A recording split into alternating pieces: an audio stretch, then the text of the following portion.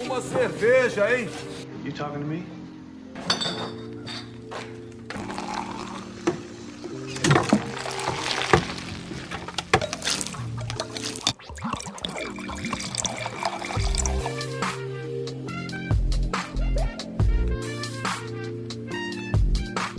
Dor de cabeça, enjoo, vontade de morrer. Tu tá de ressaca.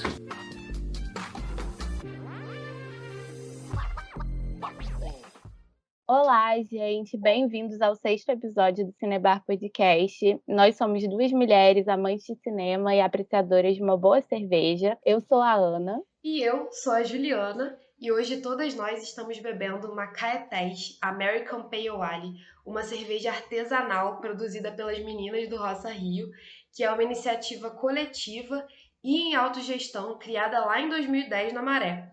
São duas mulheres produtoras, a Alessandra Lima e a Geandra Nobre. A grande surpresa do episódio é que estamos com uma parceria com elas e por isso todos os nossos ouvintes terão 20% de desconto na primeira compra. Então é só chegar lá no Instagram delas, @rocario.maré, e falar que vocês acompanham aqui o podcast, que seguem a gente lá no Instagram, para garantir esse desconto. Os preços são super acessíveis e a cerveja é uma delícia, maravilhosa, estamos tomando aqui inclusive. E é sempre bom lembrar, se tiver menos de 18 anos, não beba. Se beber, não dirige. Se for beber, beba com moderação. É verdade, sempre bom lembrar essa parte. E a segunda surpresa do nosso podcast hoje é que, além da primeira parceria do episódio, a gente está tendo uma convidada especial, que é a Tassi de Campos, cantora, compositora e atriz. Tassi de Campos ficou conhecida nacionalmente por seu trabalho como protagonista de Cássia Eller, um musical, entre 2014 e 2019, mas ela vai retomar agora esse ano. Mais pra frente ela vai falar disso pra vocês. Participou do Rock in Rio em 2015, gravou ao lado de Nando Reis no Fantástico e o programa Versões do Canal Bis. Em 2017, Tassi lançou seu primeiro álbum, O Manifesto da Canção, no quadro Ding Dong, do Domingão do Faustão, e estreou o clipe do single Pra Você Saber, da Multishow. Desde o início da pandemia, a Tassi começou a produção de seu segundo álbum, que é o Quarto Mundo, e já lançou 3 singles: Eu Não Te Amo Mais, Reconciliação e Bananeiras e Tâmaras. A Tassi escolheu a série Dexter, então hoje vamos falar sobre Dexter, a nossa produção, escolhida pela nossa convidada. Eu só ia falar que é importante a gente dizer que eu e Juliana não vimos a série toda. Eu só assisti a primeira e a quarta temporada. E a Juliana assistiu a primeira e a segunda. E 3 episódios da quarta, que é a melhor. Vou pontuar aqui já pra vocês. Eu preciso também dizer que eu assisti todas as 8 temporadas, mas isso já tem uns 2, 3 anos. Aí eu, assim, revi vários resumos, li vários artigos, que eu tô escrevendo um artigo também sobre Dexter e alguns paralelos. Assisti as 8 temporadas já tem um tempo, e aí revi vários resumos, reassisti o primeiro episódio, mas eu sou fã dessa série, adoro mesmo. Tipo, pirei que eu não assisti. Quando eu terminei o último episódio, eu fiz até uma música. Inclusive, tem lançamento de música aí, surpresa também. Esqueci de falar que, na verdade, são 3 surpresas que a Tassi vai lançar uma música aí no nosso episódio. Então, se vocês querem ouvir, fiquem até o final. A gente já tava nesse lance de encontrar com a Tassi, queria muito que ela fizesse parte de um episódio. E pra ela fazer parte, a gente escolheu a série favorita dela, que ela é pirada nessa parada aí de serial killer, estuda muito, vai escrever até um artigo agora, vai escrever aí pra uma coluna. Ela é a pessoa perfeita pra falar de Dexter, gente. É verdade. E, bom, Dexter é uma série que foi lançada em 2006, no Brasil em 2007, e ela terminou em 2013. É baseada em um livro chamado Darkly Dreaming Dexter. Você leu o livro, tá? Não, mas sou doida pra ler, do Jeff Lindsay. Eu não achei. É difícil. É difícil. É difícil achar. Eu dei uma sondada assim na internet, mas eu vou procurar com mais afinco. Eu tenho fé que eu vou achar, assim. Tem tradução pro português? Então, esse foi um dos problemas, eu não achei tradução. Tanto que você encontra só o nome em inglês, acho que não tem tradução. Mas isso não vai ser um empecilho pra mim, porque eu estou na busca pelos meus 90, 95% de compreensão do inglês. Tô aqui no meus 70, assim, ó. Na busca e vai rolar. É bom falar que a Tássia, ela faz letras em inglês também, que além de tudo ela é uma intelectual acadêmica e isso reflete muita coisa nas músicas dela, é uma pessoa assim muito estudada e vai agregar bastante aqui na análise de Dexter pra gente. A Juliana é muito generosa. O protagonista da série é o Dexter. Ele é um especialista forense em amostras de sangue que trabalha para o Departamento da Polícia de Miami. E ele também é um assassino serial que mata as pessoas que a polícia não consegue prender. A dupla identidade dele tem que ser escondida de todos, incluindo a irmã e os companheiros de trabalho. Na infância, ele ficou órfão aos 4 anos, foi adotado por um policial que percebeu que ele tinha tendências psicopatas e desenvolveu um código de ação e proteção, que na série fica como o Código Harry, e estabelece como Dexter deve agir, desde o princípio, quando ele desconfia que alguém é um assassino, até o assassinato e descarte desse corpo dessa pessoa. Também estabelece como ele tem que agir no dia a dia para não ser descoberto, ele tem que simular os sentimentos dele para que as pessoas nunca duvidem que ele é um psicopata. E além de tudo, ele é um criminalista, que é a profissão perfeita para um psicopata, né? Já que ele trabalha dentro do sistema. O Dexter se desdobra em 2 universos. Em um, ele é um bom moço, educado e ético. E no outro, ele é um cara frio, calculista, assassino, que não sente o menor remorso em retaliar suas vítimas. E, bom, de dia, Dexter surpreende a todos, conseguindo rastrear cada passo de assassinos em série, seguindo suas pistas com meticulosidade assustadora. Isso porque sua mente assassina o guia através dos passos dos criminosos. Após o dia de trabalho com o Departamento de Polícia de Miami, à noite, Dexter usa todo o conhecimento e instinto de serial killer para achar e matar os criminosos que ele caçou durante o dia. Isso faz com que ele viva um contraste diário entre o bem e o mal, porque, né, ninguém é 100% bom, ninguém é 100% mal, e o Dexter se encaixa bem aí, mesmo que ele finja. Mas, enfim, ele vai canalizar toda essa vontade de matar para acabar com os assassinos em série da cidade. Cidade toda. E será um crime convertido em justiça, o famoso justiceiro que vai fazer aí a justiça com as próprias mãos. Fala um pouquinho aí pra gente, Tassi, da sua concepção sobre a série, esse perfil da psicopatia, do serial killer, que a gente sabe que é sua pira aí de estudo. Eu não sei porque eu gosto tanto dessa porra, mas eu gosto, não sei porque, eu adoro. Uma vez minha tia me deu um livro policial, assim, um Sherlock Holmes, pra ler. Aí eu olhei a capa, assim, não dei nada pelo livro, pensei, mais um livro de aventura infantil. Eu tinha 11 anos. Se sentindo adulta, né? Foda-se, eu li a Sabrina, Júlia e Bianca, adulta.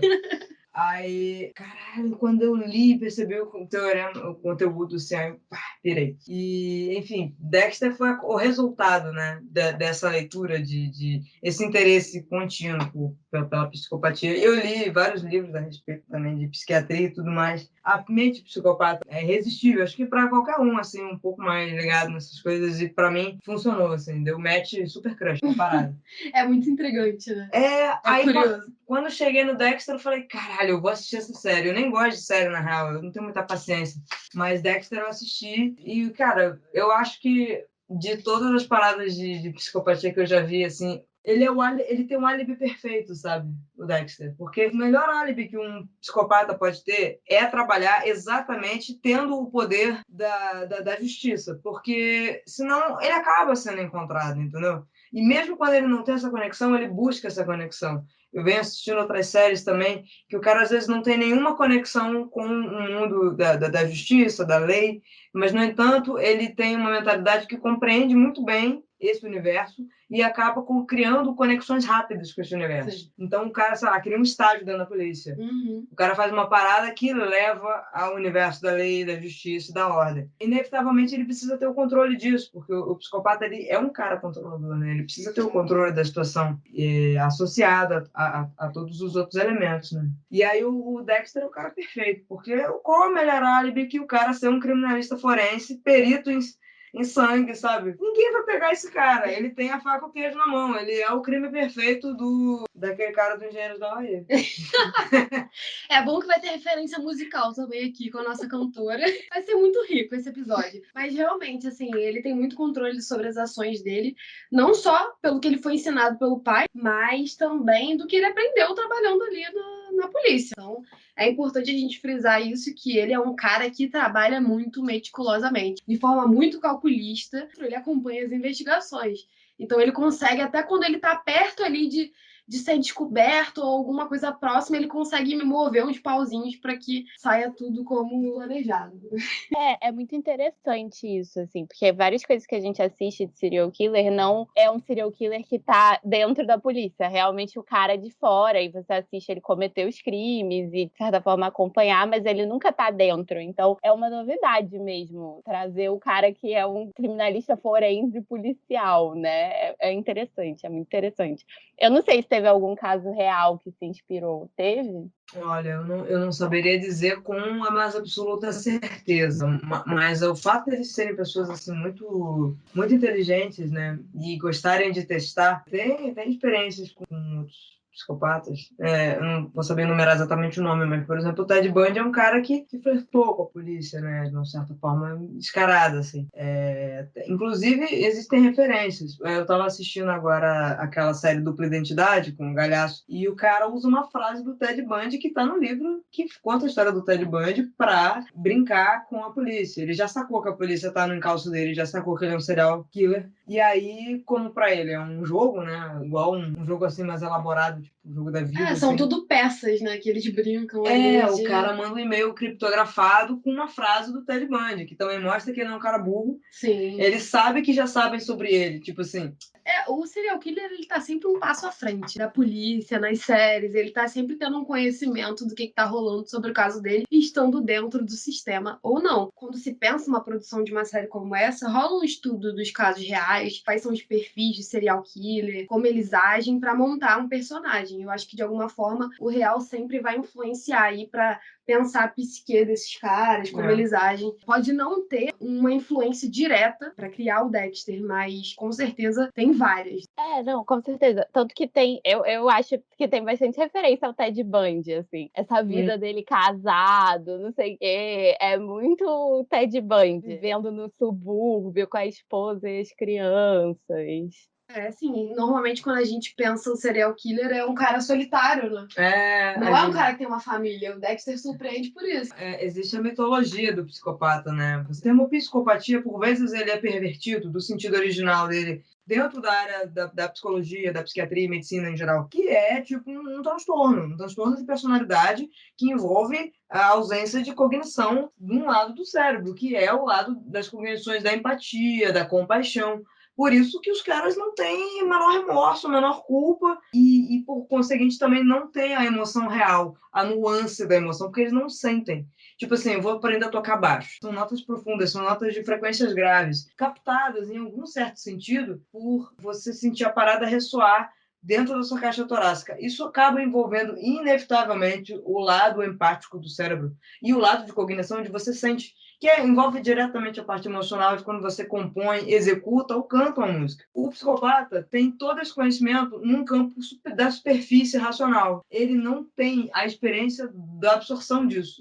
Então, ele não sente. Como ele não sente, ele executa ações de emoção pública a partir de observação racional. Então, ele é um ator que entende as coisas, porém sem empatia. Então, ele não tem a nuance. Quando ele tá triste, é uma expressão muito triste. Quando ele tá muito alegre, ele tá muito alegre, é quase um borderline. Com muito pouca nuance. Só que controlado, né? Porque o borderline é impulsivo. Exato. O psicopata é o racional disso. Exato. Diz, inclusive, que o borderline é o completo oposto do psicopata e um dos principais alvos. Aí, de novo, coincidência ou não, nessa série que eu tô assistindo, em complemento ao Dexter, para gravação do podcast, a personagem que o cara tá se envolvendo pra namorar é uma borderline. E eu tava achando assim, a atuação da atriz tá péssima, ela tá muito fora de... Não sei se é culpa dela ou se é culpa do roteiro, assim, mas é muito... Estou copiando um CSI, assim, é muito feio, cara. Dá uma vergonha ali. Mas eu tava com essa impressão da personagem, que na realidade depois eu vim descobrir que ela tava fazendo um personagem border. Aí eu tava achando que, por conta da Lona Piovani, ela tava pensando, olha lá, prejudicaram a atuação. Pô, a menina é mó atriz, aí estragaram ela com um roteiro ruim, uma direção péssima.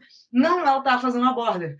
Aí você entendia, tipo, o cara ficou um dia sem ligar, ela quase se matou. E aí o cara volta a falar com ela, parece que ela tá na E dizem que a principal vítima de um psicopata é exatamente o border, porque ele sente muito. E porque ele sente muito, ele sofre essa nuance emocional absurda do 1 ao 10 em questão de segundos. A pessoa ingênua, é sempre isso que ele observa. Mas você falou essa coisa do racional. O Dexter, ele foi treinado a imitar sentimentos. A forjar situações onde ele tá triste, onde ele precisa rir. Então ele aprendeu isso e ele leva a vida e as relações dele assim. Mas será que ele tá realmente sentindo? Às vezes eu tava conversando isso com a Ana. A gente ficou na dúvida disso. O roteiro, e assim, ele não é um sociopata, porque ele é um cara que tem uma dificuldade de relação, né? Não é assim porque ele tem um poder de sedução. Porque às vezes a gente vê alguns personagens que têm um poder de sedução muito grande. Lá na primeira temporada ele mal consegue transar lá com a Rita, né? Rola todo aquele imbróglio. Então, assim, ele não é muito esse cara das relações. Ele é um cara que prefere ficar sozinho, mas de certa forma ele ainda tem ali uma família que ele adotou, são os filhos da Rita, que é a mulher que ele vai ficar junto. A vida dele é uma mentira, ele fala isso o tempo todo na série. Acho até legal que ele fala, ele demonstra que ele tá fingindo em tudo, que ele não queria estar ali, que ele queria estar fazendo outra coisa, mas esse código, essa moral, essa ética, enfim. É um ponto incoerente, eu não sei se posso dizer incoerente, porque eu nem sei se de fato é incoerente, mas é uma antítese, porque se você parar para pensar, em tese, você não consegue impingir ética e moral num psicopata, porque a ética e a moral é o que nos rege, entende? O que diferencia eu de um psicopata não são os nossos pensamentos. A diferença entre um psicopata e alguém que é somente louco e algum de nós, que também pode ser louco, é a ação. O psicopata, ele executa o que ele pensa. Você pensa todo tipo de maluquice possível, mas você não vai executar. Por quê? Porque você é ética, você tem moral. E essas coisas te barram socialmente. Além do seu remorso, além da sua culpa. Dos seus sentimentos, suas emoções. Exatamente. Mas eu acho que o caso dele, em relação à ética e à moral, é do ensinamento. Que alguém passou uma ética, uma moral para ele, que não necessariamente ele sente aquilo ou é parado por aquilo, mas ele entendeu racionalmente que aquilo é importante para ele permanecer vivo.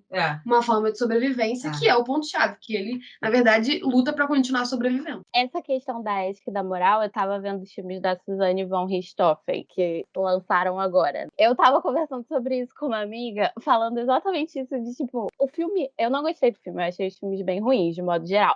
Mas ela, na fala dela, ela diz que ela matou os pais porque ela estava muito maconhada. E aí, eu fiquei assim, ninguém mata os pais porque está muito maconhada, moça. Desculpa para não pagar uma conta. Eu não paguei a luz porque eu tava muito chapada, entendeu? E ela tem vários diagnósticos, a Suzanne von Richthofen. Ela foi diagnosticada, todo mundo que entrevistou e tudo mais. E é meio que isso, porque quando a gente pensa sobre, né, matar os pais, é um negócio que não vou matar meus pais, né? Assim, não é uma coisa que ética, moralmente, você acha que é uma coisa ok. Tanto que foi o crime que abalou o Brasil. Foi um negócio muito doido. Mas eu fiquei pensando nisso, porque eu tava vendo Dexter e aí eu fui ver os filmes da Suzanne von Richthofen, eu pensei, cara, essa mulher tem que ter algum diagnóstico, né? E ela tem mesmo. Não, com certeza. A gente tava conversando aí, eu e a Tassi, um dia desses, sobre a Suzanne von Richthofen e, por exemplo, a Elise Matsunaga. Pra mim, posso estar dando uma de advogada aqui e não poder, mas assim, pra mim, a Elise Matsunaga não é uma psicopata. Eu também acho que ela não. foi um surto, ela viveu um relacionamento complicado com um cara nitidamente babaca. Mas a Suzanne von Richthofen, ela tem traços nítidos, assim, quando você pega os depoimentos dela na delegacia, ela fala com uma frieza para uma pessoa que matou uns pais. Assim, você matar uma pessoa estranha, uma pessoa que nunca cometeu um assassinato, já é uma parada bem sinistra. Agora, você matar seus próprios pais, dormindo, essa questão da ética e da moral realmente fica ali parando no ar e você fala, cara, é óbvio, não tem como. Eu assisti o documentário dela e, tipo assim, se coloca no lugar, isso é uma coisa que o psicopata, por exemplo, não consegue. Não consegue. Você se coloca no lugar de alguém, vamos supor que você teve que matar alguém, cara. Claro que em algum lugar você entrou num outro modo de si mesmo, porque A Matsunaga, por exemplo, ela sofria abuso psicológico. O cara era extremamente tóxico. E ela era uma pessoa que também já vinha de uma desestrutura familiar, sabe? Teve todo um caminho. A mulher foi prostituta por muito tempo.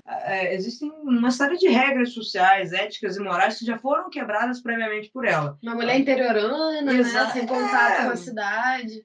Mas ela quebrou certas regras morais e sociais antes mesmo, né?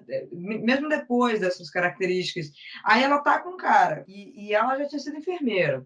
E eles tinham em comum práticas de, tipo, sei lá, brincar com o ratinho, ver o ratinho comer cobra. Ela tinha já uma relação muito íntima com a morte, de uma forma diferente. Foi morte de animais, eles pegavam matavam alces e iam lá fazendo todo o procedimento de empalhamento. Então ela tinha uma intimidade muito grande com corpos mortos, com a morte em si, com o ato de matar, ainda que isso não fosse dirigido a um outro ser humano. A partir do momento que ela está sob estresse contínuo, sob uma pressão contínua, já completamente dentro de um estado de neurose, em algum momento ela cruzou a linha com a psicose.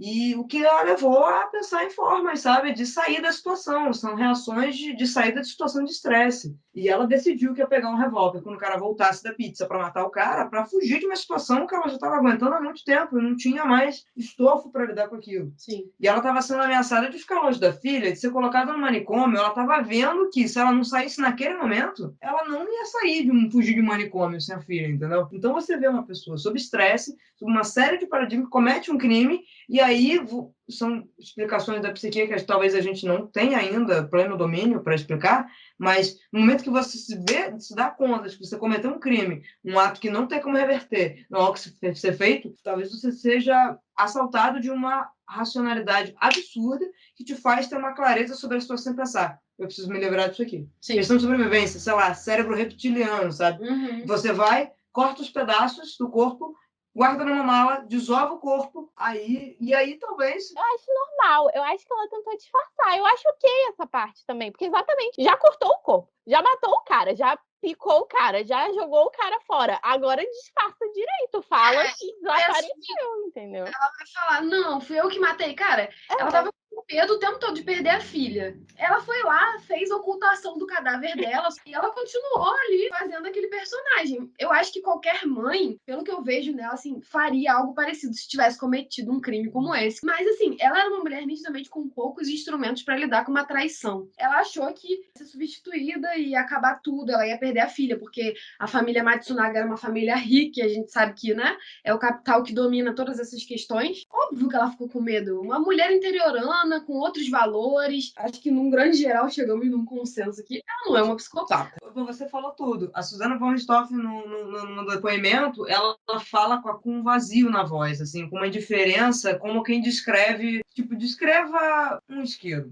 Isqueiro você tem uma frieza para descrever um isqueiro, você não tem um sentimento sobre o isqueiro, não existe nenhum envolvimento emocional em nenhuma esfera. Beleza você falar isso de um isqueiro, mas você falar isso dos seus pais, entendeu? E a Susana von Richthofen mantém a linha. Aí você vê os vídeos da Matsunaga durante o documentário e percebe que a mulher, antes mesmo de você falar, ela chora, ela está completamente descontrolada, ou seja, ela carrega uma culpa monstruosa, E um remorso absurdo que não pertence à área da psicopatia. Não é o que acontece com os psicopatas, não é o que acontece com o von Richthofen, não é o que acontece com o maníaco do parque, que é muito doida a história do maníaco do parque. Né? Sim. Já souberam do caso da mulher que largou a vida dela em Porto Alegre, largou tudo porque ela pirou com o maníaco do parque, ela queria casar com ele, ela pediu ele em casamento, ele aceitou. Obviamente, nenhum guarda permite que eles tenham um encontro íntimo, sozinhos na cela, porque ninguém pode se responsabilizar, ela pode morrer. Ele mesmo já disse isso. Ele perguntou, você está ciente do que você está se metendo? Ela, sim. Ela vendeu tudo,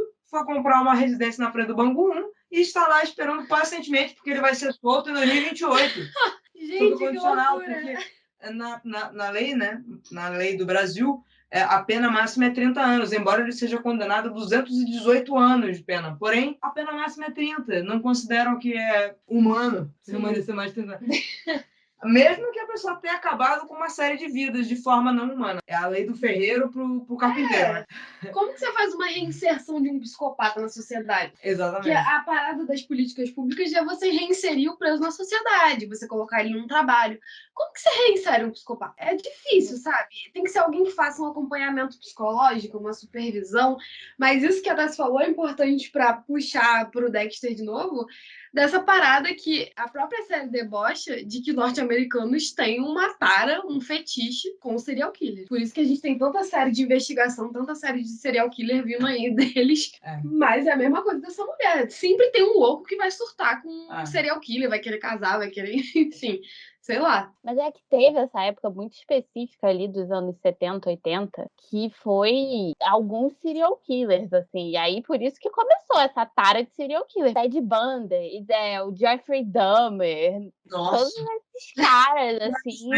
Charles Manson mudou. Um dos maiores genocidas, um dos maiores, os primeiros genocidas. Ele promoveu a morte de várias pessoas em massa a partir de um discurso, fez várias pessoas, ao mesmo tempo, acabarem com as próprias vidas. Aí ele disse que ele era muito fã de Beatles e ele se inspirou no White Album, principalmente na música Helter Skelter, para promover a noite do genocídio. E coitada da música Helter Skelter, que é uma ótima música e ficou sofrendo preconceito o resto da vida por causa dessa porcaria desse homem, né? Disco, talvez o melhor disco dos Beatles de todos os tempos. E Charles Manson sacou isso, mas usou isso para os intentos pessoais. Pro império do mal dele. Pro império do mal. Eu fiz um levantamento de pelo menos uns 11 psicopatas para ver o que tinha em comum com eles. É o que eu fiz, eu apelei para astrologia. Mas não tem nada, absolutamente nada a ver. Tipo, a maioria do signo de ar, mas isso não quer dizer nada. Não, mas assim... essa coisa da década de 70, 80 que a Ana falou é intrigante porque a gente tem a figura dos serial killers, mas tem os imitadores, né? Que é a galera que faz a fanbase ali, faz o fã-clube e começam a imitar. Eu não sei se a maioria dessa galera também tem uma tendência psicopata, se é só uma parada de que você é fã doente e aí você começa a reproduzir os passos do seu asteroide assassino. Começou a pipocar muitos casos que nem sempre eram ligados aos serial killers. E a série fala sobre isso. Pode dar spoiler. Esse episódio é cheio de spoiler, então a gente vai soltar a vinheta logo do começo. Porque é difícil falar do enredo pra descrever a figura do Dexter sem dar o spoiler das relações dele. I am so much happier now that I'm dead. Marcelina, você vem pra casa agora, não ataca minha deslitimia.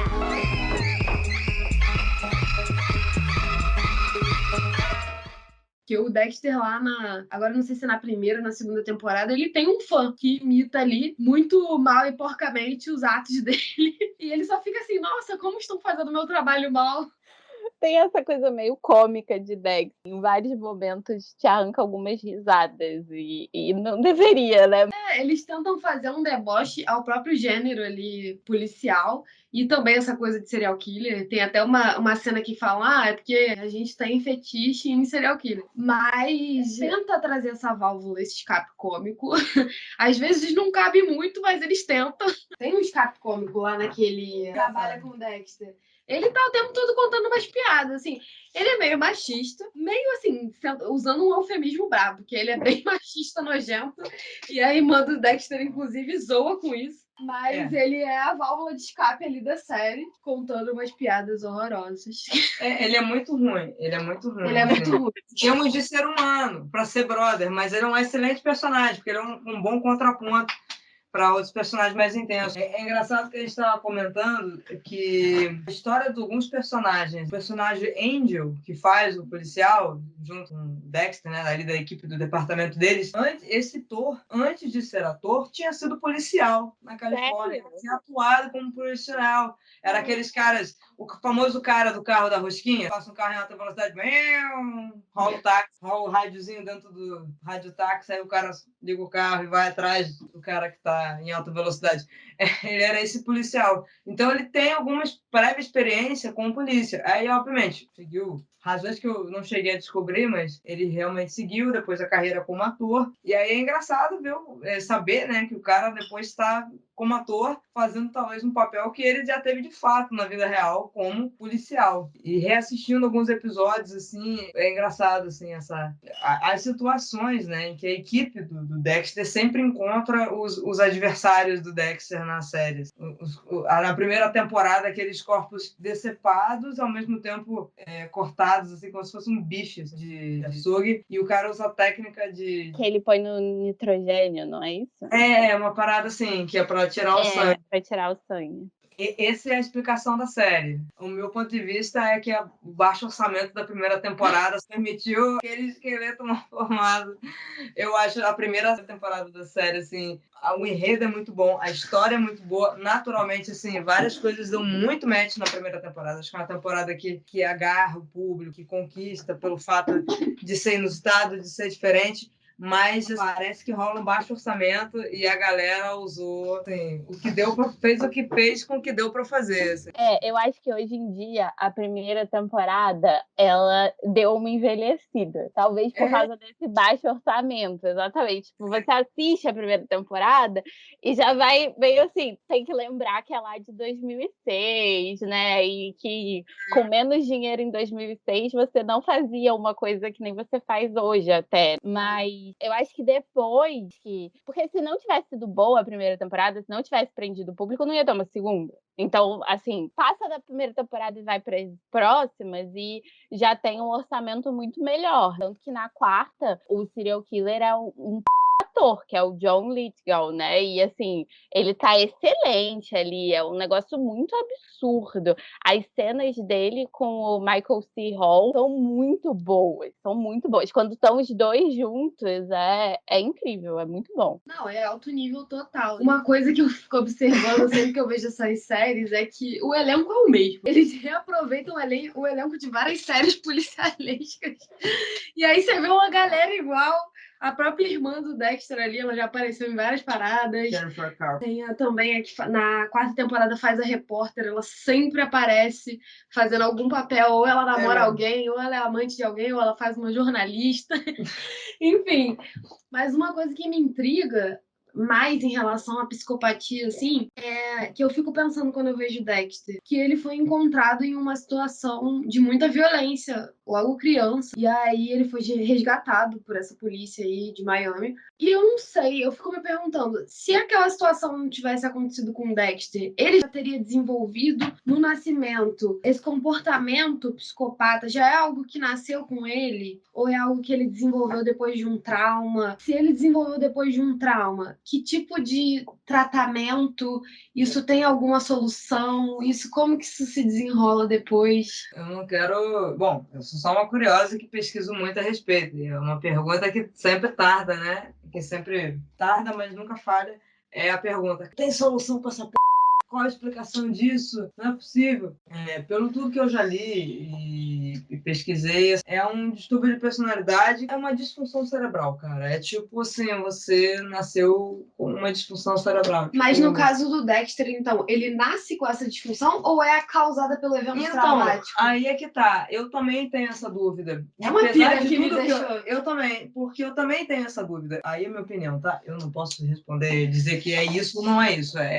Vai variar aí. Mas eu não acho que ele não seja um psicopata, mas eu ponho em xeque até mesmo essas coisas que eu já pesquisei sobre, de fato, ser somente a partir de uma disfunção cognitiva cerebral, porque o cara passa por uma experiência traumática de morte, e eu também já li a respeito que isso pode desencadear determinadas coisas, mas não é conclusivo sobre o desencadeamento da psicopatia. Essa parte não é. Mas o personagem, ao longo da série, deixa dúvidas, porque existem vários momentos onde o personagem tem movimentos, posturas e falas, e enfim, uma série de acontecimentos que parece que ele é empático. que ele sente. Exato. E eu acho que, para além do óbvio, do tipo, a série não poderia ser fiel 100% a um psicopata de fato por tanto tempo, porque senão não teria pano para manga. Se não houver afeto, não tem aquilo que liga ao público, né? E ele se torna popular porque ele é dúbio, porque ele é incoerente. Exatamente. A pergunta que fica ao final de cada temporada, ou de cada episódio, ou do fim de tudo,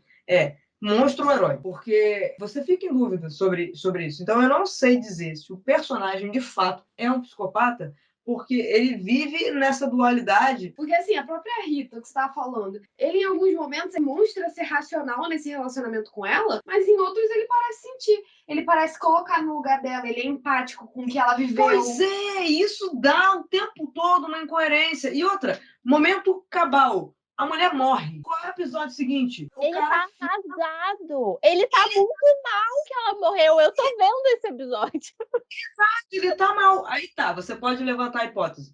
Beleza. Ele tá mal porque ele que o cara chegou na frente dele e matou a mulher. Competição entre psicopatas. Eu queria ter chegado a tempo dele matar minha mulher porque eu teria provado que eu teria ganhado, chegado na frente dele. Pode ser uma vaidade psicopata entre colegas de profissão, vamos botar assim.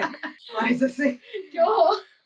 De uma forma mórbida, né? Pode ser, tá, força a barra, pode ser, mas o cara tá tão transtornado e ele nunca ficou transtornado assim. Aí você tem um exemplo do Ice Drug Killer na primeira temporada, que o cara namora a irmã dele, você vê o cara o tempo todo racional dentro mas de si. Mas ele é um sociopata, esse lidando cara. Com essas paradas todas. Ele é, mas ele tem uma reação muito incoerente. Se ele sentiu de alguma forma, se ele criou empatia, eu não acho. Honestamente, o que eu quero dizer com isso, em resumo, eu não acho que o personagem Dexter Morgan seja um psicopata, pelo menos não com que a psicologia descreve, pelo caminho tradicional que a psicologia descreve. Agora, se existe uma brecha dentro dos conceitos psiquiátricos e psicológicos sobre como um psicopata é concebido socialmente, então só existe a cognição, a ausência de cognição cerebral, então ele foge à psicopatia. Porque se só existe essa teoria, ele foge. Ele tem momentos de empatia, ele cria conexões, ainda que de uma forma muito pré-histórica, sabe? De uma forma muito primal, assim, sabe? Não são conexões profundas, mas ele cria. Ainda que ele tente fugir, né? Ainda que ele tente evitar isso.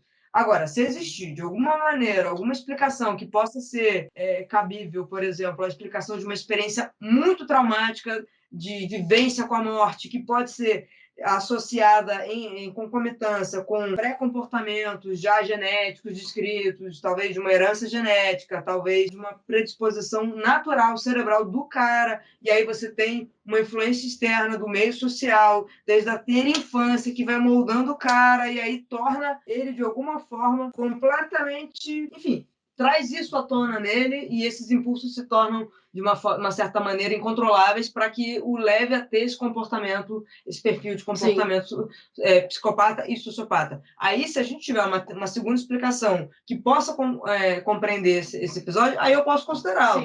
Do contrário, eu vou pensar o seguinte: a série foge do conceito original para atender uma demanda de audiência, de marketing, para ter público. A gente sabe que quando o investimento começa a crescer, tem que atender ali as expectativas do público minimamente. Mas, assim, eu acho que a categoria, ela não... Bom, pelo menos a gente não é nenhum especialista. Na verdade, a Tassi estuda bastante isso, mas ainda assim não somos psicólogas, nada do tipo. Eu acho que a categoria não deve ser tão estanque em relação a um psicopata é assim. Porque, querendo ou não, são pessoas humanas, apesar de ter ali um distúrbio, uma questão cerebral, problemática, ainda assim a gente pode ver que tem essa complexidade, e eu acho que é o que é mais maneiro na construção do personagem do Dexter, é ele trazer essa dualidade. Por exemplo, na segunda temporada, que surge o irmão dele, e que toda essa história vem à tona sobre a vida dele, lá, o assassinato da mãe, onde eles foram encontrados banhados em sangue. Um spoiler grande é que ele mata o irmão, mas ele sente muito remorso de matar o irmão. Primeira vez que ele sente remorso de matar alguém, ele fala: eu matei alguém que me entendia. Depois do meu pai, que meu pai morreu, meu pai era a pessoa que me entendia, que eu podia me abrir, que eu podia falar das minhas perversões, dos meus desejos mais obscuros. Tinha o meu irmão, que tinha a mesma vivência que eu de serial killer, isso que é mais cômico também, porque ambos foram encontrados naquela situação trágica e ambos viraram serial killers, com bastante experiência, porque o irmão dele também era bom em tirar sangue de cadáveres. Mas enfim, e ele sente remorso. Ele fala: eu matei a pessoa que me entendia, que eu poderia ser eu, que a máscara poderia cair. Mas aí Exatamente. também na quarta, ele mata uma pessoa que não era um serial killer. Era um criminoso, mas não era um serial killer. E ele sente remorso também. Ele fala: poxa, não era um serial killer, não devia ter matado essa pessoa. E aí ele fica lá na cabeça dele falando: remorso, remorso, remorso, remorso, remorso. E é muito curioso isso. Eu fico muito assim, é mesmo um psicopata ou não? Eu fico na dúvida. Essa dúvida bate o tempo todo. Nesse momento aí da quarta temporada, ele meio que quebra o código. Mas ele já vem em todo um movimento de questionar o código. Porque ele descobre lá as tretas do pai, que o pai não era essa figura tão perfeita que eles imaginavam, que eles tinham construído.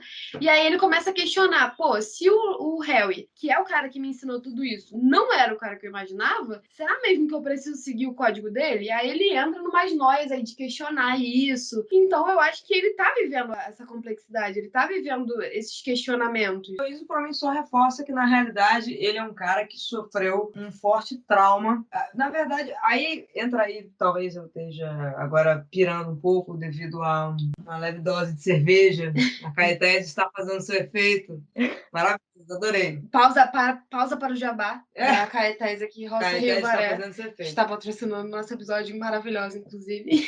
Minha teoria é a seguinte, talvez, e somente talvez, a série esteja defendendo a ideia de que o psicopata, ele pode ser formado a partir de um trauma de um indivíduo. A pessoa nasce, tipo, vamos botar entre aspas aqui, a ideia de que o psicopata ela é formado a partir de um trauma, e não a partir de uma deficiência cognitiva que nasce com o indivíduo, entende? E aí, se você defende a ideia, a tese, né, talvez, de que você pode ter uma psicopatia através de um trauma, o Dexter corresponde ao exemplo perfeito dessa teoria, porque ele tem um trauma na infância da experiência com a morte. Aí na segunda temporada, na primeira temporada, você tem a explicação dele com o irmão dele, ou seja, os dois viraram também psicopatas. se justifica por isso. Que justifica por isso. E depois você tem a corroboração disso o tempo todo, exatamente com essas coisas que nos trazem as dúvidas com relação ao que é tido por um psicopata na teoria que a gente vem a conhecer através do Google, né? Que é essa teoria sobre uma ausência de cognição cerebral tradicional. Porque o cara tem o tempo todo insights de empatia, de sentimento. Então, isso eu acredito que, querendo ou não, de forma consciente ou não, a série defende esse ponto de vista. Eu acho que a série reforça isso o tempo todo, na verdade, não só no Dexter e no irmão, como nos outros serial killers que eles trazem. Na quarta temporada a gente vê também que o personagem sofreu um evento traumático. Fica ali aquela dúvida se foi ele que fez ou ele viu aquilo acontecer com a família. Mas ele também passa aí nessa esteira de uma questão social, de não só uma predisposição psicológica, mas um evento social, de uma relação com as pessoas, né, de uma relação com a sociedade que gerou aquele gatilho para ele virar um serial killer. E aí abre uma pergunta: o serial killer é a pessoa que nasce com essa predisposição, com essa questão que a Tassi está trazendo aí cerebral, ou também é uma pessoa que sofre um forte evento traumático? Eu acho que Dexter tenta trazer essa segunda via, de que também pode ser isso. A impressão que eu tenho é isso. E aí vale a pena assistir Mindhunter, né? Que são os caras do FBI estudando os serial killers mesmo, entrevistando eles. E dá uma explicada nisso também. Então, quem sabe a resposta esteja lá. A Ana sabe que eu sou suspeita pra falar, porque eu adoro Mindhunter. David Fincher traz uma pegada que a gente gosta aí do real. Não é tão dramaturgia televisiva, é uma parada mais série Netflix aí já. É maneiro, assim, essa questão dos depoimentos traz um quê de realidade. São os depoimentos reais, né? Então, assim, traz uma parada, uma veracidade que eu gosto particularmente pra tratar desse assunto, assim, acho maneiro. Mas é isso, Dexter é uma série que, para construir o personagem principal, traz bastante complexidade. A gente vê momentos onde ele chora. A gente vê... Pode ser fingido? Pode, mas para um psicopata fingir um choro também tem todo um processo. Tem um momento que ele está prestes a ser descoberto na segunda temporada, onde começam a achar os corpos dele embaixo do mar, e ele sente o coração. Tem um flashback que ele lembra do pai, o pai lá nervoso com alguma situação, e aí ele quer sentir o coração do pai, porque o coração do pai tá acelerado, e ele imagina que ele nunca vai sentir aquilo. Quando resgata, né, quando volta pro momento atual, ele sente aquilo. E aí você fica se perguntando, mas ele não é um psicopata? Ele não tinha sentimentos, ele não tem empatia, por que ele tá tendo medo de ser descoberto? Por quê, sabe? Exatamente. Eu também acho. Mas assim, o que eu gosto de frisar também, que eu tava falando tanto com a Ana quanto com a Tassi, é a construção das personagens femininas. Aí não sei se seremos unânimes. Eu acho um pouco complicado. Na segunda temporada tem uma personagem que faz aí a namorada momentânea do Dexter, que ele trai a Rita, que é a Lila. A Lila. E ela, pra mim, Que também é psicopata. que né? também é psicopata, mas ela tem uma pira com fogo aí. É Piromania. uma casa muito maneira. Eu queria ter a casa dela. A casa dela. Os casos, o estúdio, sei lá, ateliê. Sei que a parada é muito Ela é maneira, uma artista cara. plástica, Adorei aquela casa. uma piromania, que ela gosta de matar os outros no fogo, entendeu? Mas ela tem uma vivência, ela tem uma experiência. E tudo que ela é, naquele momento da série, é construído a partir disso. As outras personagens, aquele elenco ali da parte da equipe policial, me incomoda um pouco, tipo a Lager. A Lagertha é muito chata, cara. Que eu acho que ela é uma personagem meio rasa, assim, sabe? Ela é uma mulher numa posição de autoridade, poderia ser melhor explorada, poderia conduzir aquilo melhor. A própria irmã do Dexter, eu sinto que tem muito envolvimento dos afetos dela com os homens. Ela não se constrói sozinha, tem muita intervenção masculina ali no que ela vai ser. Todas as sacações de inteligência dela vêm a partir da influência desses caras, isso me incomoda um pouco. Eu queria ver mais dela e acaba sendo muito bobinha, tanto é que ela se envolve lá com o serial killer irmão dele. É uma relação péssima, complicadíssima, mas foi essencial aí pro roteiro da série. Eu concordo. A irmã me incomodou muito. Exatamente isso, dela estar sempre sendo construída pelos homens com quem ela se relaciona, desde o Dexter até o detetive lá, o Land, o cara que faz com que ela se torne realmente uma grande detetive, a experiência dela com ele, não sei o quê. A outra detetive, né, que é a chefe deles, eu também acho que poderia ser uma personagem muito boa e ela se torna uma personagem chata. Uma coisa que eu tava falando antes, tem categorias de estereótipos femininos. Ali a gente vê várias. A mulher autoritária, que acaba sendo meio chata, que é ela, né, que é a Lagertha. Ela é controladora, né, então ela tenta manter tudo no pulso forte. Mas ok, até aí ter essa persona, a gente poderia explorar mais a vida dela pra gente entender por que ela é assim. A gente sabe que ela não é norte-americana, que ela veio de algum outro lugar porque ela fala espanhol. A gente não sabe se é Cuba, enfim. A série não diz, não fala minimamente sobre a vida dela. Eu sinto um pouco de falta de explorar esse elenco, de explorar essa galera pra gente ter uma identificação com eles. A gente fica com essa impressão porque ou a série foca só realmente no Dexter, e aí tudo bem, é o Dexter a série e tem algumas relaçõezinhas, ou a série foca no Dexter e nos outros. Só que a série não foca muito bem nos outros, ela foca muito bem no Dexter. O Dexter é super bem explorado, super bem construído, a relação dele com a Rita é bem construída também. A Rita é uma personagem que é bem explorada, só que os personagens paralelos são muito paralelos. E aí quando aparece alguma coisa que envolve mais eles, tipo na 4ª temporada, que tem bastante do Angel, não é tanto também. Também é muito fraco, sabe? E aí fica meio solto, eu acho, os personagens mais paralelos. Eu queria mais dessas mulheres, sabe? Eu queria ver mais sobre elas. Mas a gente entende que tem um contexto de época. Uma série televisiva com um cara que virou um sex symbol. Então... E assim, cá entre nós, eu não achei, mas tudo bem, virou. Eu né? acho que isso tudo. Pra ele virar um sex symbol, assim... Ele é ruivo, né, cara? Ele é ruivo. Ele é ruivo. Isso já explica muito. O ruivo é tipo o motherfucker do loiro. Mas assim, a Lagertha respondendo, segundo até o romance da do Jeff Lindsay, a família dela é de Cuba e não tem uma definição sobre a história dela mesmo. O próprio autor dos romances, eu acho que muito do Dexter veio a partir desse romance, e depois os roteiristas resolveram criar braços independentes, né? E tipo assim, foda-se, você me ajudou até aqui nos acompanhou o senhor, agora tchau. A gente daqui segue em frente sozinho. E eu acho que rolou isso. Mas assim, até o romance, os exemplares do Jeff Lindsay, ela não tem uma explicação verídica para a história. Eu não sei quantos são, mas são mais de um.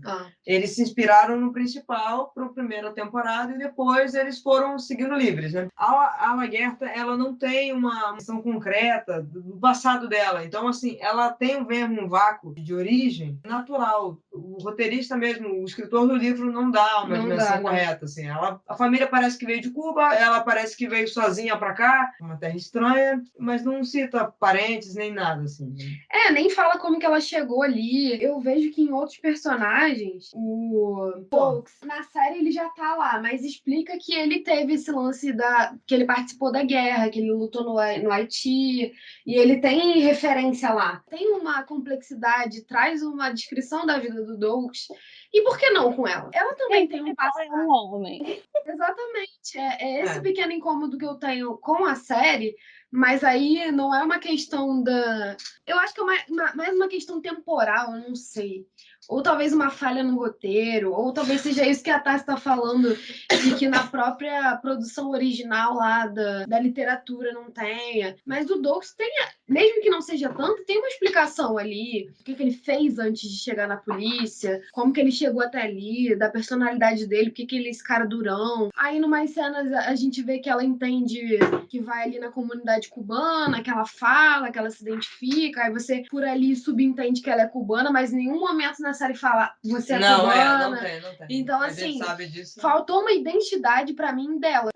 E aí parece que eles resolvem a questão dela, né? O que fazer com esta tenente capitã, que é meio porta, assim, né? Ela não observa certas coisas. Ela não é uma alguém com raciocínio genial dentro do departamento. Ela é mais operacional. Ela é operacional, exatamente. E o tempo todo ela recebe toques para conduzir o olhar dela, né? Agora você deve olhar para a direita, agora você deve olhar para a esquerda. E aí o que resolve fazer com ela? Então cria um romance dela com o Angel Batista, que é o policial, porque ambos são cubanos, porque ambos têm a latinidade. Na verdade, eu nem sei se o Angel Batista é cubano. Eu acho que sim.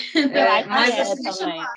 eles unem simplesmente pela latinidade. Eles estão em Miami e, na realidade, vou dar um spoiler agora, não sei se vocês viram, mas a maior parte, apesar da história se passar em Miami Beach, na cidade de Miami, que é uma cidade super latina, né? Grande parte das cenas são filmadas na Califórnia, na realidade. E eles têm uma equipe de apoio que pega imagens de Miami para fazer a cobertura dos episódios. Porque o set mesmo é montado na Califórnia, do outro lado do país. Pô, que maneiro.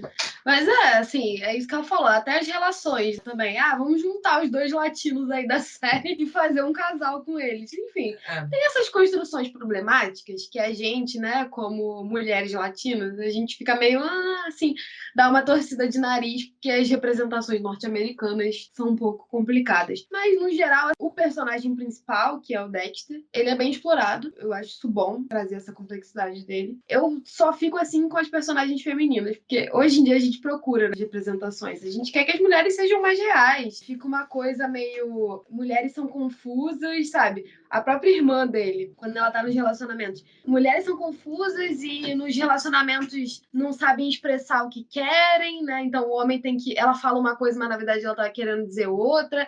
É bem esse estereótipo que o relacionamento com mulheres é difícil. Isso na série que me incomoda. Eu queria mais das personagens femininas, queria que elas tivessem uma aparição mais significativa. Não que, não pode ter uma personagem clichê. Pode ter, eu acho que tem que explorar também isso aí, tipo a Rita. É importante que ela seja essa mulher loirinha, do subúrbio norte-americano, de famíliazinha, pra aquela imagem do Dexter. Mas as outras, que são mulheres mais combativas ali, que estão na polícia, na linha de frente... Eu acho que, desde o princípio, assim, não há interesse dos roteiristas criar nenhuma personagem feminina de fato densa, estrutural, sabe? O importante é o Dexter. Sim. O que vê ao redor é arcabouço para sustentar a narrativa dele, né? Sim. Em nenhum momento eles não são infiéis, assim, ao que eles propõem. Acho que a ideia do roteirista e do escritor também, do Jeff Lindsay, quando construiu o personagem, as personagens femininas, era de fato nenhuma delas ter necessariamente alguma solidez. Mesmo a Deborah Morgan, sendo irmã do Dexter, ela é feita para ser insegura. E aí a gente não sabe até que ponto é uma escolha pessoal do roteirista ou do escritor, ou se... uma questão de gênero mesmo.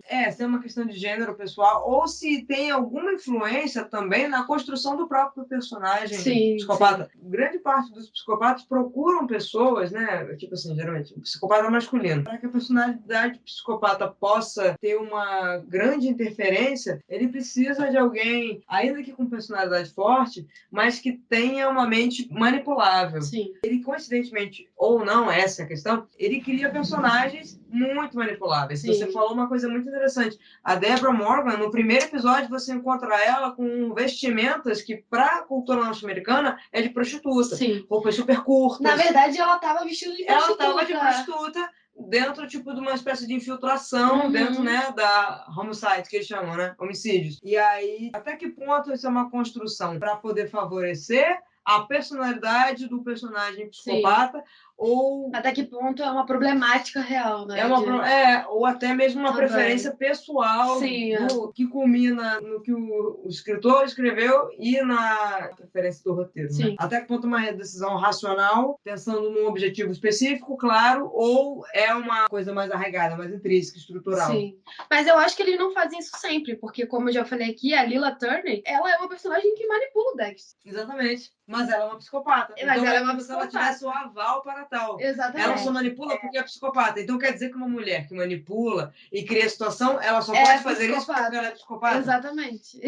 Aí é a mesma história. O que veio primeiro, o ovo ou a galinha? Exatamente. Tem uma coisa um pouco estrutural de você ter homens, sabe? O livro é escrito por um homem, a maioria dos roteiros são homens também que escreveram. Então, eu acho que tem uma coisa estrutural de que a personagem feminina, eles não se importam com a personagem feminina. A gente não vê isso só em Dexter. A gente vê isso em tudo, sabe? Então, não é só Dexter que recebe aí essa crítica que a gente tá fazendo. São diversas séries cujas personagens femininas são só ali jogadas, sabe? Não tem nenhuma história, nem nada. E como o Dexter é baseado num romance, e no próprio romance deve ter isso, não duvido nada mesmo de que tenha, eu acho que é uma coisa estrutural mesmo, de que quando você vai assistir uma coisa que é escrita por um homem e dirigida por um homem, eu já assisto na cabeça com que, assim, eu não vou me preocupar tanto com a personagem feminina, porque eu sei que não é o sentido da coisa. Tem essa questão de gênero que a gente vê. A maioria das coisas produzidas por homens pecam nesse sentido da construção feminina, mas tem uma questão temporal. Hoje em dia, os homens têm uma preocupação maior em inserir personagens femininas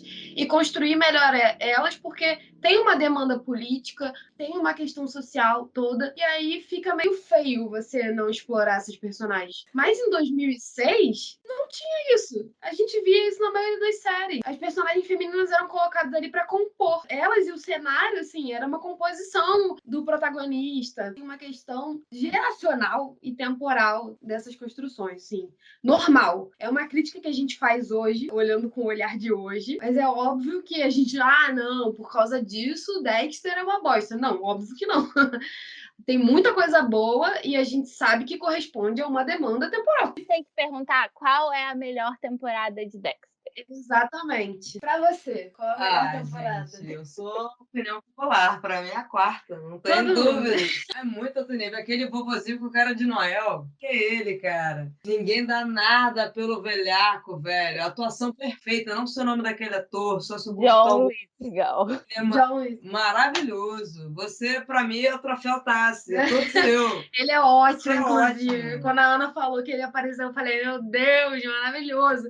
Entrega tudo. A gente gosta de dar o prêmio aqui pros nossos atores que entregam tudo, e ele entrega o melhor serial killer. Trinity Killer. Pô, é maravilhoso, sabe? É muito bom. É unânime aqui, quarta temporada pra todos nós. Não, a quarta realmente. Quando eu fui procurar, aí era assim: 10 entre 10 fãs de Dexter dizem que a quarta temporada é a melhor de todas. Acredite. E ele foi indicado ao Emmy, não só Ele indicado. ganhou. É o único prêmio de atuação que Dexter tem, é o dele, como ator convidado na quarta temporada. Dexter acho que ganhou um Emmy com direção também, mas também na foi quarta logo também, é na quarta. na quarta temporada, tá vendo? A quarta temporada saiu ganhando tudo. O Globo de Ouro também. Globo de Ouro, na quarta exatamente. temporada. Então é isso, né? Não tinha como ser diferente, a gente escolheu outra. E coitado do Michael C. Hall, porque ele pegou o Bryan Cranston fazendo Breaking Bad, e aí ele não conseguiu ganhar, ele foi prejudicado, não deu, infelizmente. Como a gente falou antes aqui, Breaking Bad foi um surto coletivo, que é uma das minhas séries favoritas, inclusive eu sou suspeita pra falar, eu daria todos os prêmios pra esse homem, que ele é maravilhoso. Mas talvez Dexter tenha sido injustiçado aí em algum momento, né? Poderia ter dado um prêmiozinho. alguma coisa a mais Tem aí pra esse momentos. ator.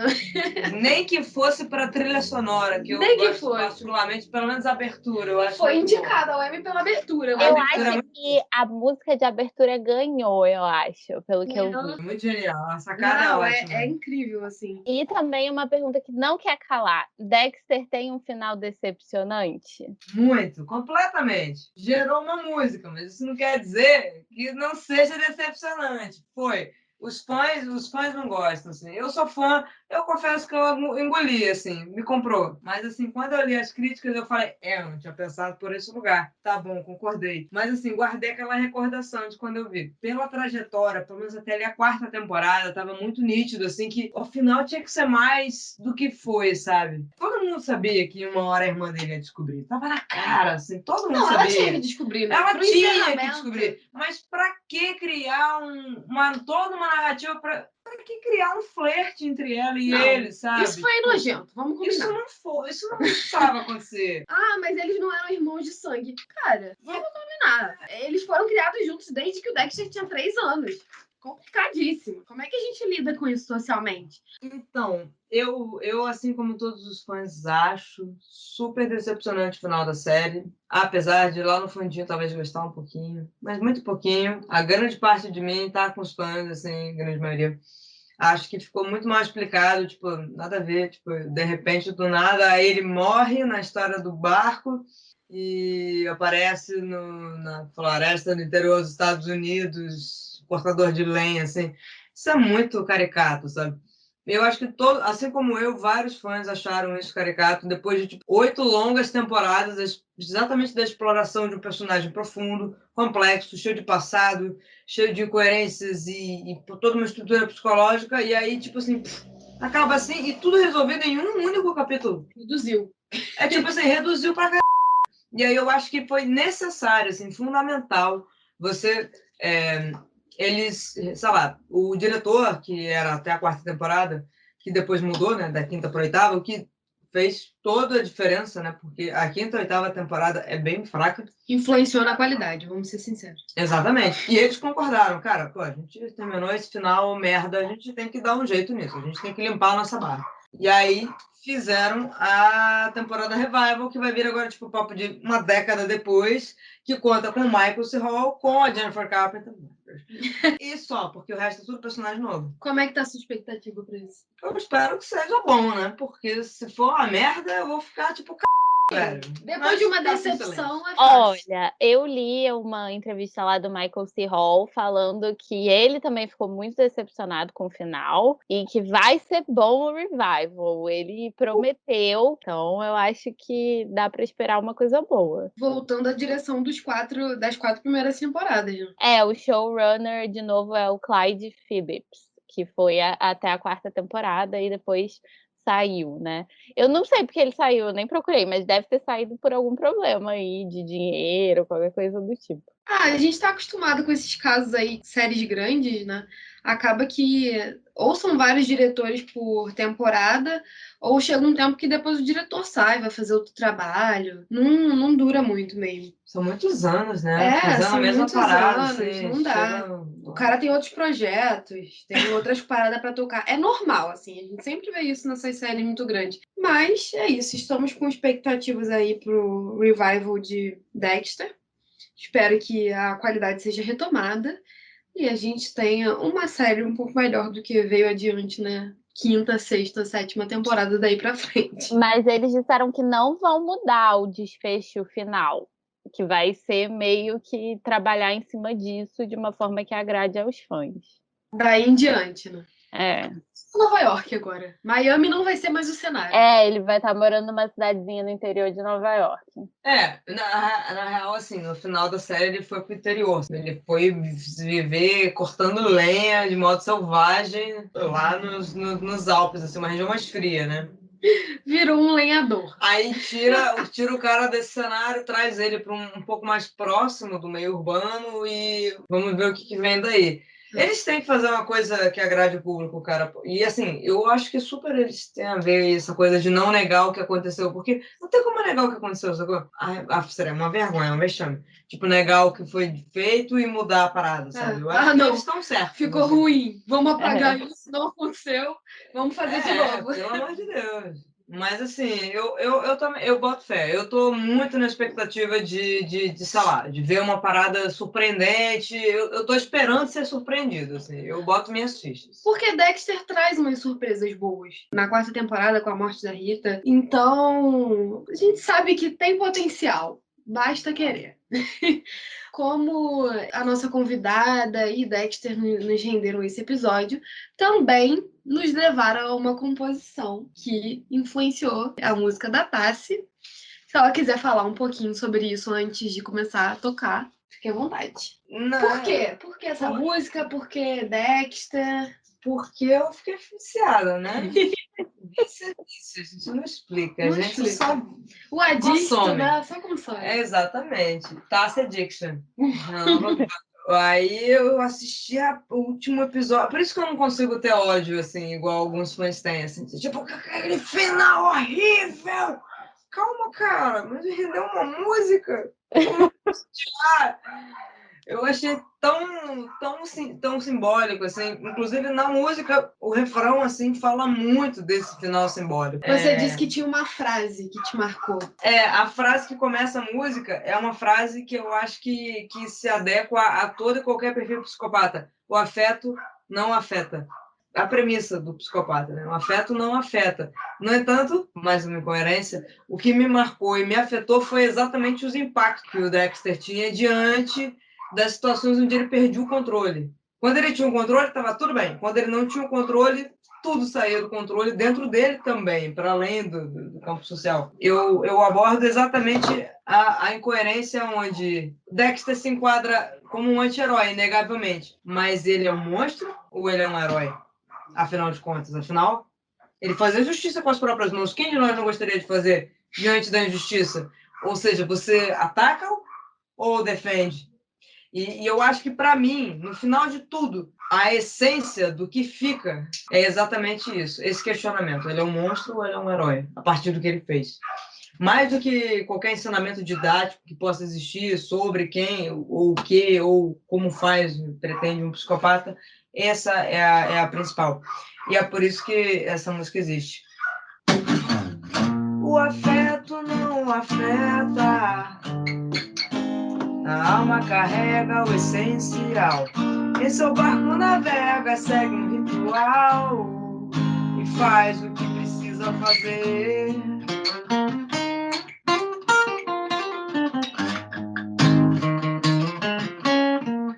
Pela rua escura, espreita do alvo ideal, a satisfação total que não deixa transparecer. Corte fino e afiado, corpos nos marcados, a máscara moral é o que o faz sobreviver.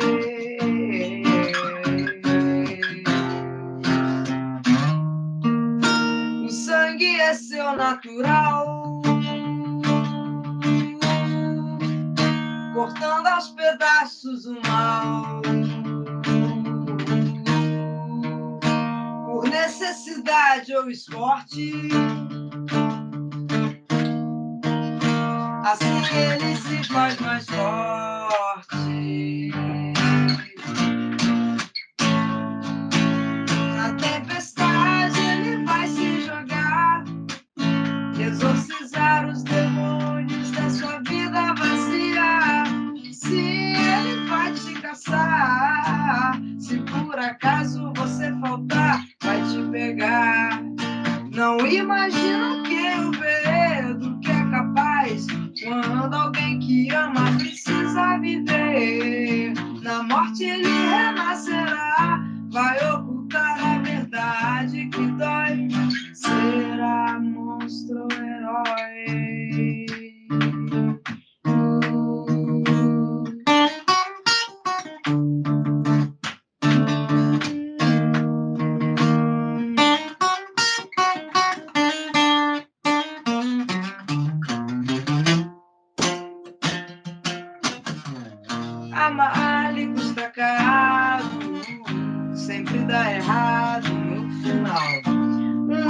cálculo será mortal. Nunca está pronto pra perder.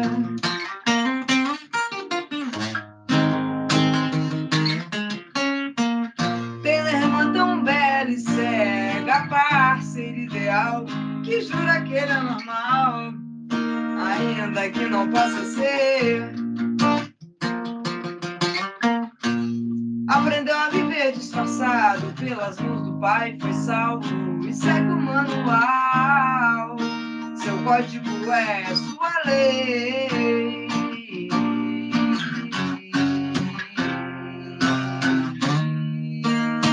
O sangue é seu natural, cortando aos pedaços o mal. Por necessidade ou esporte, assim ele se faz mais forte.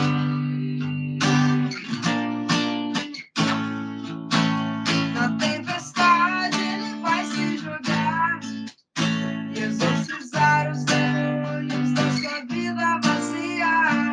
Se ele vai te caçar, se por acaso você faltar, vai te pegar. Não imagina quem o vê do que é capaz, quando alguém que ama precisa viver. Na morte ele renascerá, vai ocultar a verdade que dói. Será monstro herói.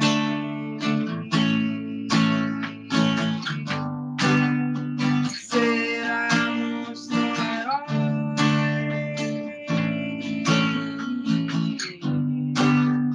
Será monstro herói.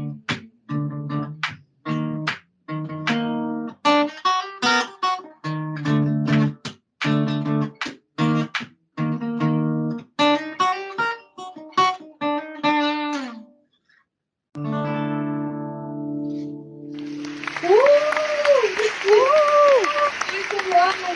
Gente, somos muito privilegiadas que essa música foi lançada no Cinemar Podcast. Olha que chique, gente. A gente tá se achando muito.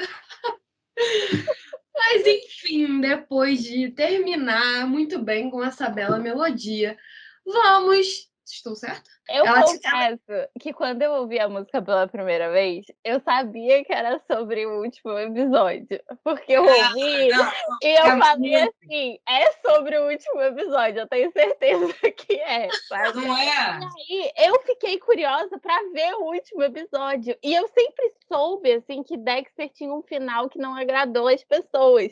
E aí eu fiquei, cara, mas ela escreveu uma música sobre o último episódio. Tem que ser minimamente bom. Não pode ser assim, ó, horrível desse jeito.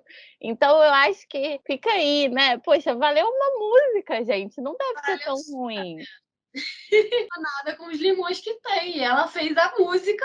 O final, para alguns, não significou nada, para Tassi significou essa obra-prima, essa obra de arte aí maravilhosa que fez valer a última temporada de Dexter, pelo menos pra gente que tá podendo experienciar isso aí. Eu gostaria, assim, que se puder salvar aí o final, aí quiser pegar a música aí para fazer uma propaganda, estamos aí gente. abertos. Tanto do podcast como da Tassi, entendeu? As agendas estão abertas pra gente. Mas antes de nos encaminharmos para as notas, vamos deixar aí nossa indicação da semana, cada uma das três. E eu vou deixar um espaço para a Tassi, nossa convidada especial, para você divulgar a programação aí do musical, cidades, as datas, tudo que você quiser, os shows que você for fazer. A indicação do mês é o musical. É o ponto ápice. A gente vai deixar umas séries aí relacionadas com Dexter.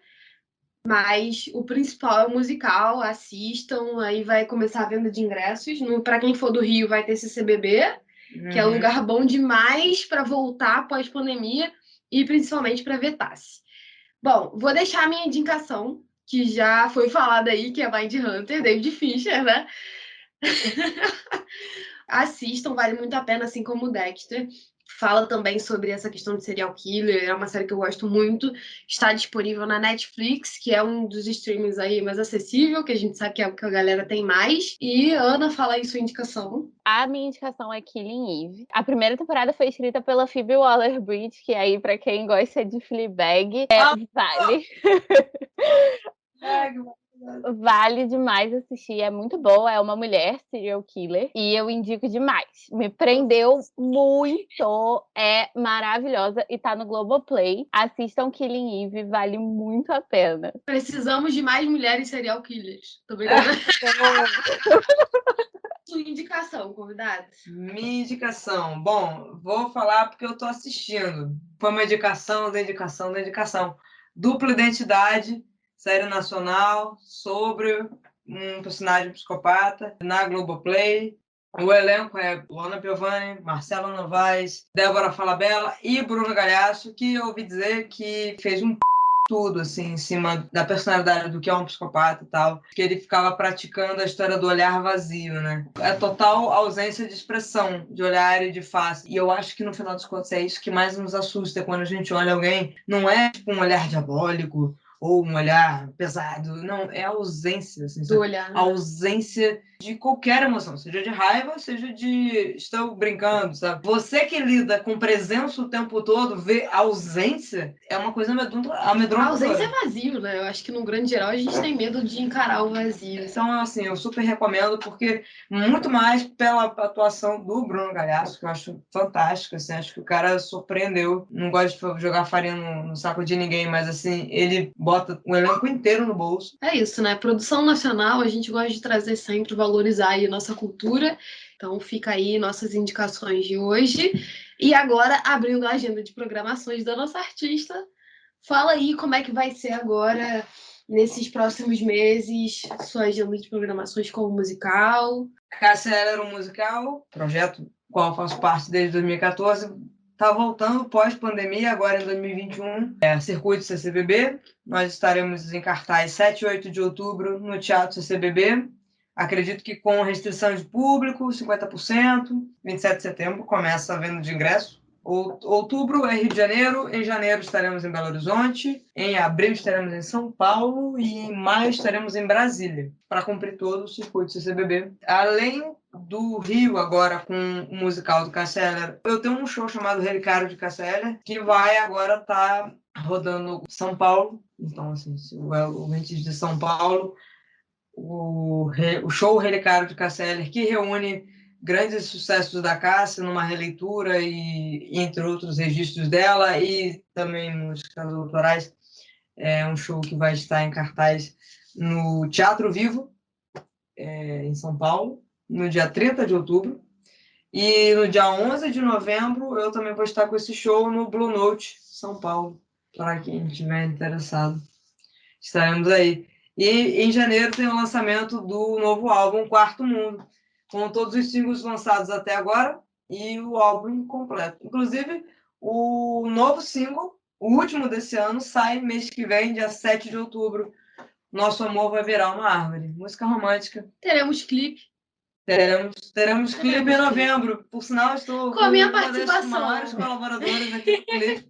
Colaboradora aí, a parte da produção, vou fazer, então acompanhe o trabalho aí da nossa artista, que a gente vai suar em cima dessa produção. Vamos lá. Mas é isso, gente. Não deixem de acompanhar o Cinebar nas redes sociais. Sempre que estiverem ouvindo, marquem a gente lá, o @Cinebar Podcast, né? E também sigam e acompanhem a nossa artista Tassi de Campos no Instagram, que é tassideccampos.oficial. E agora vamos à nossa nota final. Primeiro a nota tradicional e depois a nossa nota autoral, que é o teor alcoólico. Você quer começar, minha amiga Ana? Eu acho que a Tassi tem que começar, porque ela que viu tudo, a gente não viu tudo, né? Qual nota que você dá para Dexter? Qual nota que eu dou? Comparando com outras séries, eu acho o Dexter muito meticuloso, eu acho maravilhoso. É maravilhoso você ser alguém que produz um crime perfeito, você pensa em tudo. Eu queria ser ele, rola uma invejinha, confesso. Eu acho que lá no fundo eu queria ser meu Dexter Morgan. Eu sou muito apaixonada. Tá ok? 9. Vai Só dar porque uma. tenho lua em virgem, então Por também que não posso dar não 10. pode dar 10, né? Entendi. Por causa da lua em virgem, só por causa disso. Como eu sou a mais chata do podcast, vamos dizer assim, que nossa, eu tô me sentindo uma crítica de arte, né? Mas enfim. Eu vou dar hoje, considerando aí todas as emoções que eu acompanhei da nossa convidada, vou dar um 7,5, né? E aí. A convidada morreu com a nota. Não, é porque se ela acompanhar as outras notas que eu dou, 7,5 é ótimo. Vou deixar em 7,5. A Ana, que é o nosso labrador humano aqui, dá boas notas, no final a média vai ser boa. Bom, então, eu não vi tudo, né? Eu acho que assim, olha, eu vi a primeira, e a primeira eu concordo aí com a Juliana com uma nota mais baixa, porque como a gente falou aqui, a primeira não é das melhores. Mas a quarta é uma nota 10. A quarta temporada de Dexter merece uma nota 10, porque ela é perfeita. Ela é muito boa, assim, é muito boa. Então, no geral, eu vou dar uma nota 8. Tá? Eu vou ficar aí no meio, entre vocês Eu ia duas. falar isso, que não é só a quarta temporada. Pela quarta eu dava 10. Se Dexter seguisse no caminho da quarta, eu dava 10 fácil. Muito bem explorada a quarta temporada, trouxe personagens muito bons. A construção dos personagens melhorou, então, pra mim seria 10. Mas como aí tem uns percalços que a gente já citou no podcast, né? De mudança de direção, talvez essa minha avaliação pessoal em relação à construção feminina, então a nota reduz um pouco. Mas a média vai ser boa. A média de Dexter é 8. Então, ok, uma boa média. Fechadíssimo. Tá fechadíssimo. E vamos terminar com a nossa nota autoral, que eu vou explicar aqui para nossa convidada como funciona. A nossa autoral é o teor alcoólico. Como a gente mede o teor alcoólico? Pelo encaixaçamento dos personagens, ou se não teve muitas bebidas, a gente dá pelas cenas de ação, pela emoção, pela ansiedade que a série causa ali no espectador. Aí a gente avalia assim. Então, normalmente, séries com um poder de ação maior, a gente costuma dar 70% de teor alcoólico, entendeu? Então, vai que é sua aí. O que você dá para Dexter de teor alcoólico? Olha. Tem bebida? Tem bebida. Cubano, latino. Eu gosto muito da não tem muita bebida. Não, realmente não tem. Poderia ter mais. Poderia ter mais, exatamente pelo... Os caras são policial trabalhando com um monte de assassinato e encaixação. Eu vou te falar, de todos os personagens, só o Angel se diverte. Eu só vejo ele bebendo. O Mitsuka quer beber todo dia. É verdade. Só o elenco de apoio se diverte, honestamente. E a Deborah Morgan, de vez em quando, toma uma cachaçada lá. Mas também não é todo dia, não. Não. Mas, assim, eu posso dizer que eu, enquanto espectadora, eu assisti praticamente todas as temporadas bebendo uma cachaça. Porque eu tô a nota vai ser pessoal. A nota pessoal, eu poderia avaliar mais ou menos lá pelo número de... Eu daria, 7. 70, então. 70%. 70% de teor alcoólico. E acho que estou sendo generosa. Tá sendo generosa. Mas justo, ok. Ela é muito fã, então ela tava bebendo sempre. Eu achei justo. Olha, eu vou concordar, porque eu sei que Juliana vai dar mais baixo, então eu vou aproveitar aqui, vou concordar. Eu acho 70% justo. Eu acho que, inclusive, se você puder beber alguma coisa e assistir Dexter, vai ser melhor para você. Eu acho que merece. Entendi. Vou discordar da minha amiga Ana hoje, porque não vou ser de todo mal, não vou ser inteiro do mal toda vez. E eu vou concordar com a nossa convidada. Eu acho que é isso, 70%. Vamos ser felizes. E assim termina Dexter. Lá em cima. Tomara que o revival também. Posso botar uma questão? Vai. Posso? Tira a tema. Você acha que você possui um psicopata no seu círculo de amigos? E na esfera pública? Quem você sabe ou desconfia ser um psicopata? Será que você conhece o perfil comportamental de um mentecapto político? Bolsonaro! Dentro do Brasil? Bolsonaro! Será? Apenas joguei. Bluff. Joga no ar já, mas com participação da nossa plateia aqui, né? Enfim. Então é isso, gente. Eu gostaria de agradecer as meninas do Roça Rio Maré por fazerem parte desse episódio e poderem proporcionar esse encontro maravilhoso com essa cerveja tudo de bom, com a nossa convidada especial também, Tassi de Campos. E lembrar vocês de aproveitar o desconto de 20% na primeira compra, só ir lá no Instagram das meninas e falar que são nossos ouvintes e que acompanham a gente. É isso, gente. Então, até o próximo Cinebar. Muito obrigada. Obrigada a vocês, gente. Amei participar. Obrigada pelo convite. Achei muito divertido. Adorei.